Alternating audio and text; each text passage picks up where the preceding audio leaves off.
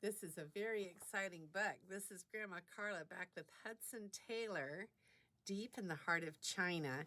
And right now, Hudson has just gotten to Shanghai and found a room to be in. And he was thinking that he was going to unload his belongings and settle into his new room, but it says that's not what happened. So let's read chapter 9. If only they knew of the living God. Hudson walked out of the compound gates and headed towards the Huangpu River. Dr. Lockhart's servant followed him at a distance. But eager as he was to reach the consulate office, Hudson couldn't help stopping along the way. Everything fascinated him. Shanghai was so different from London. Certainly London was busy, but Shanghai seemed so much busier. Even though the city was under siege, everywhere he looked there was activity. By the side of the muddy road was an old man making lanterns with red paper. Two boys were selling brightly colored birds in bamboo cages.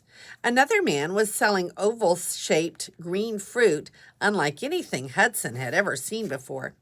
A woman nursing a baby squatted beside a grass mat with cups of cooked rice arranged on it.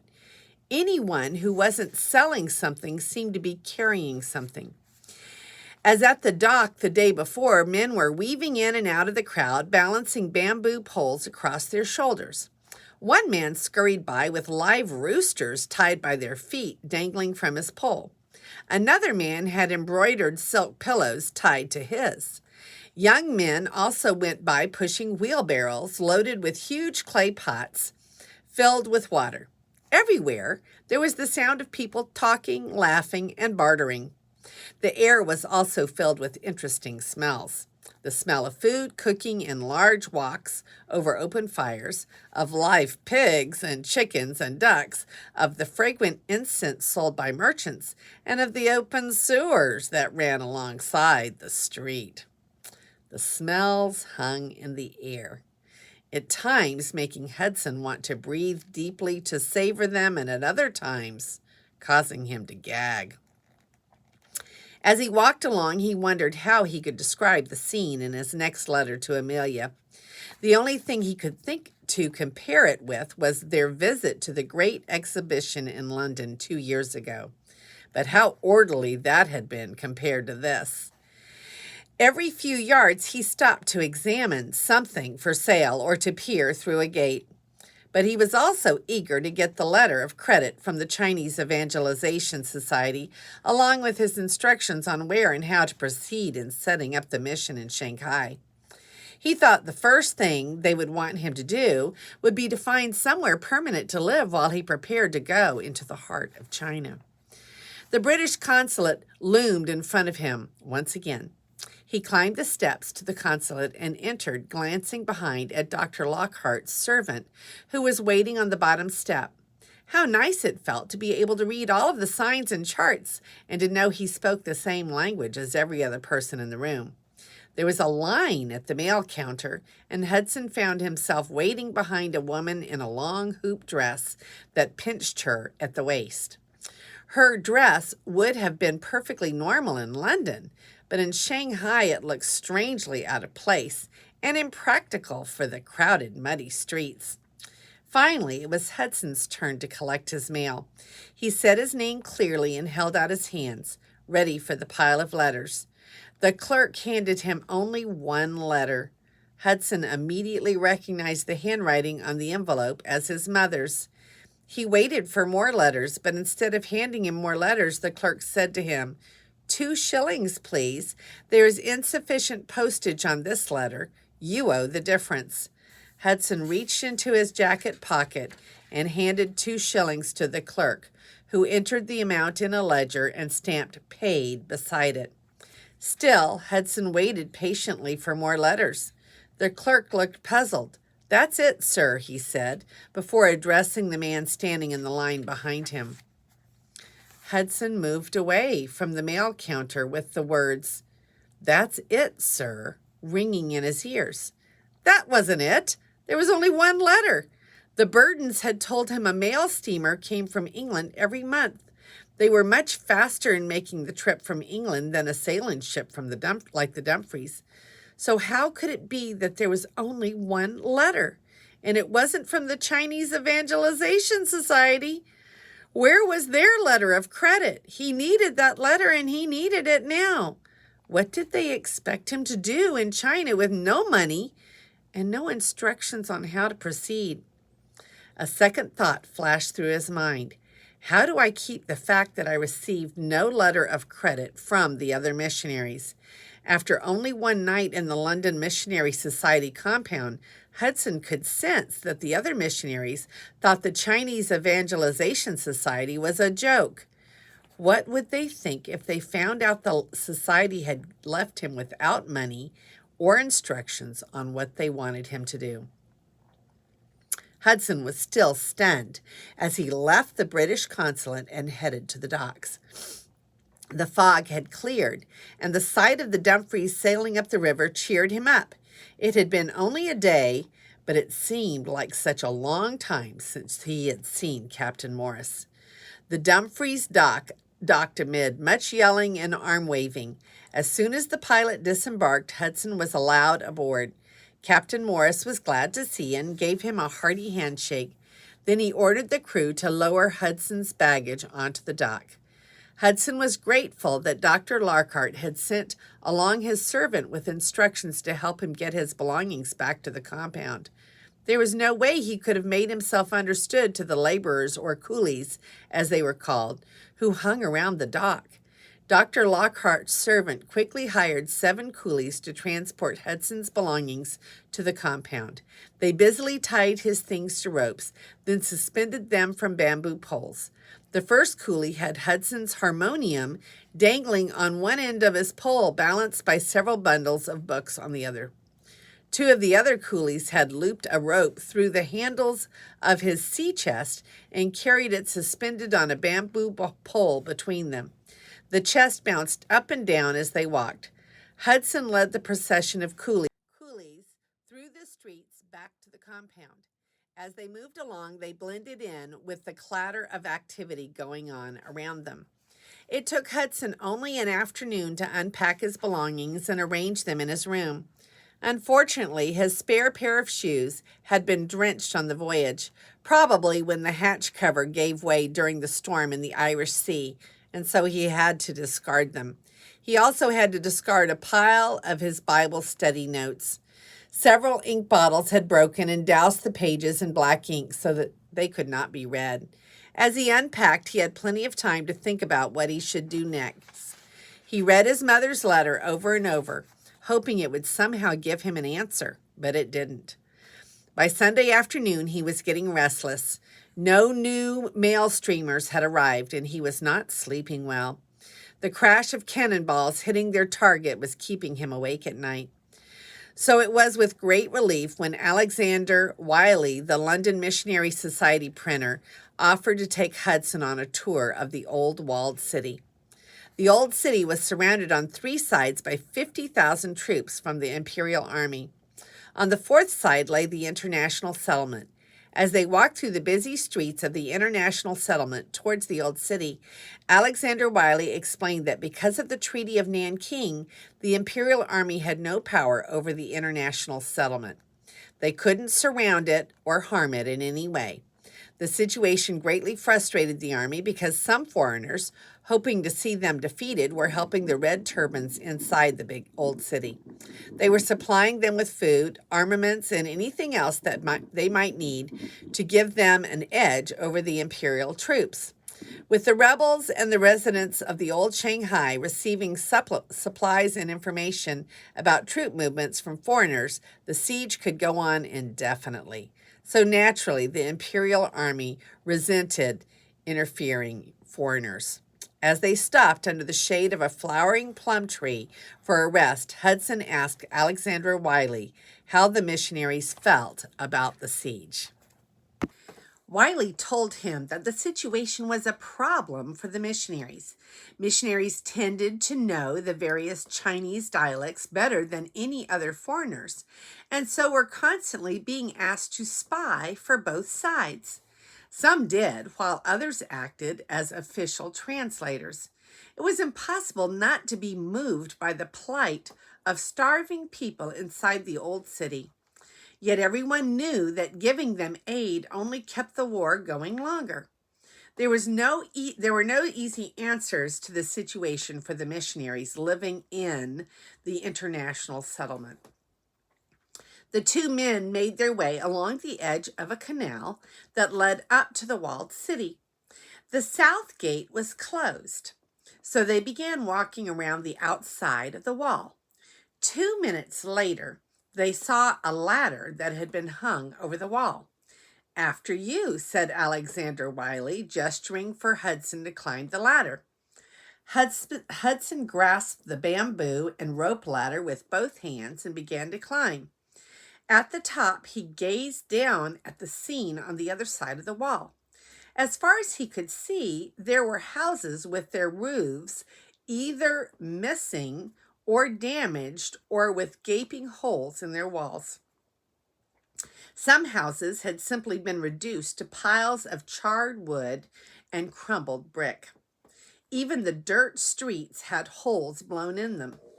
In the middle of it all, people wandered around aimlessly. Hudson trembled as he climbed over the wall and down the ladder on the other side. It was one thing to hear the noises of war.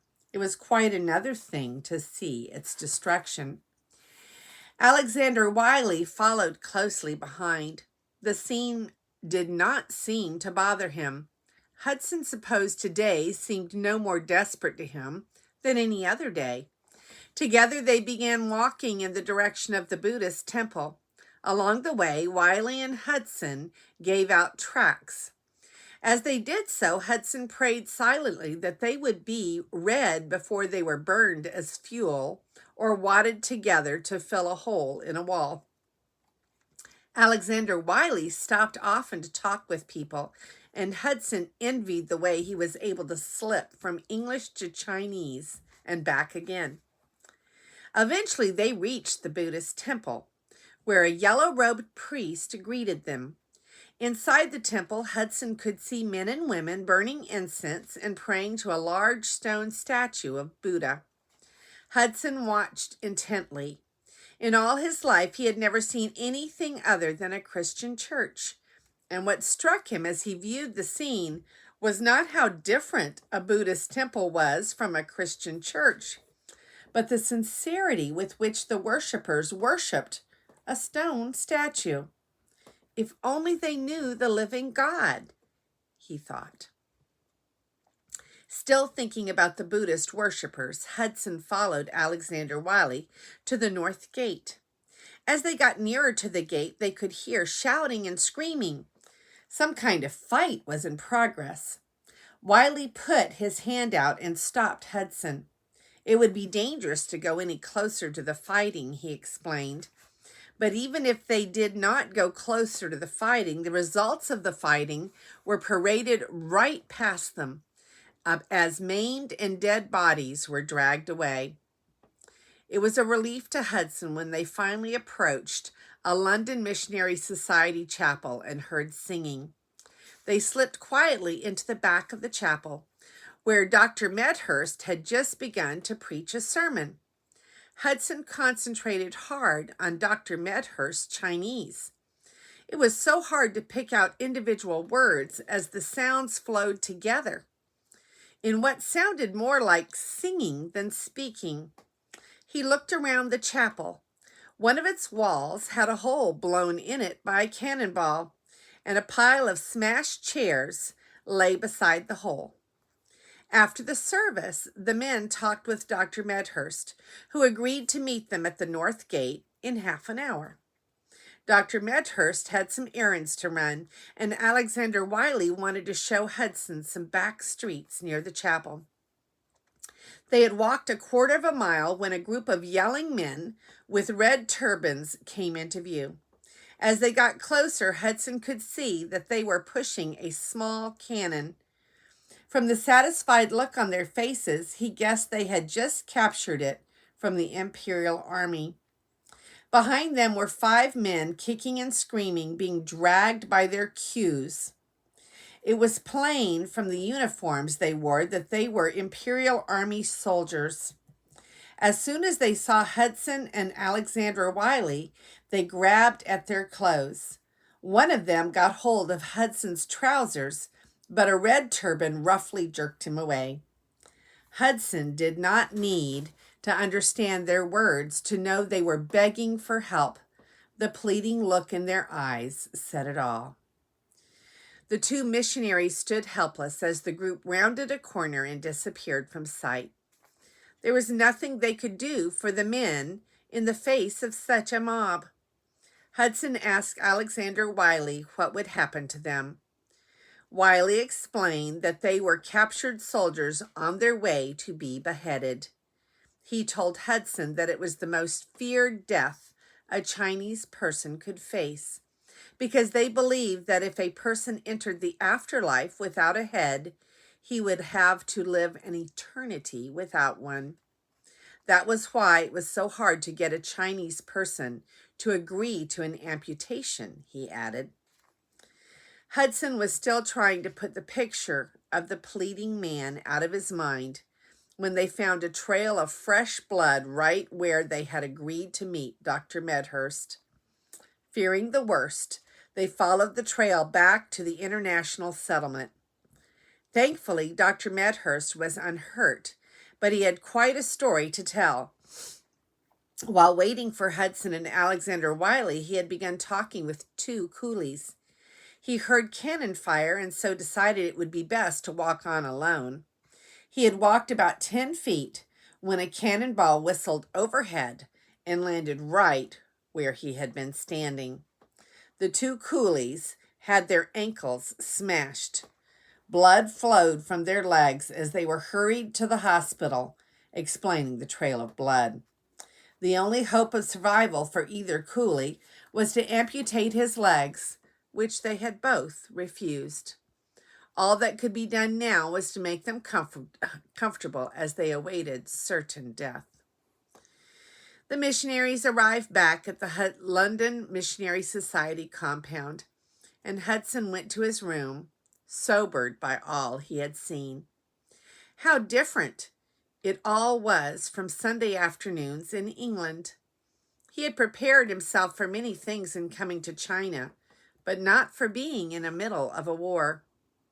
Worst of all, in the midst of all the suffering he had seen, he felt useless.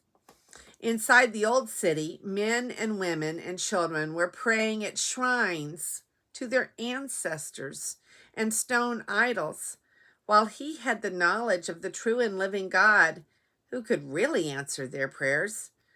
His heart burned to tell these people about God's love, but he didn't know how to speak a word of Chinese. If he was going to fulfill his burning desire to share the gospel with the people of China, he was going to have to learn Chinese and learn it fast. The following morning, Dr. Medhurst suggested that Hudson start learning the Mandarin dialect of Chinese rather than the local dialect spoken around Shanghai. He explained that a Mandarin was a government-appointed leader and magistrate. Every city had one, and it was his job to settle problems and rule the people according to the instructions he received from the emperor. It had been that way in China for many centuries, and it meant that a country as large as China could be ruled quite efficiently. The Mandarins, as well as the people of learning, and many merchants in the country spoke a dialect known as Mandarin. No matter what province they were from, they could all understand and talk to each other. The emperor could easily communicate to the Mandarins how he wanted them to rule.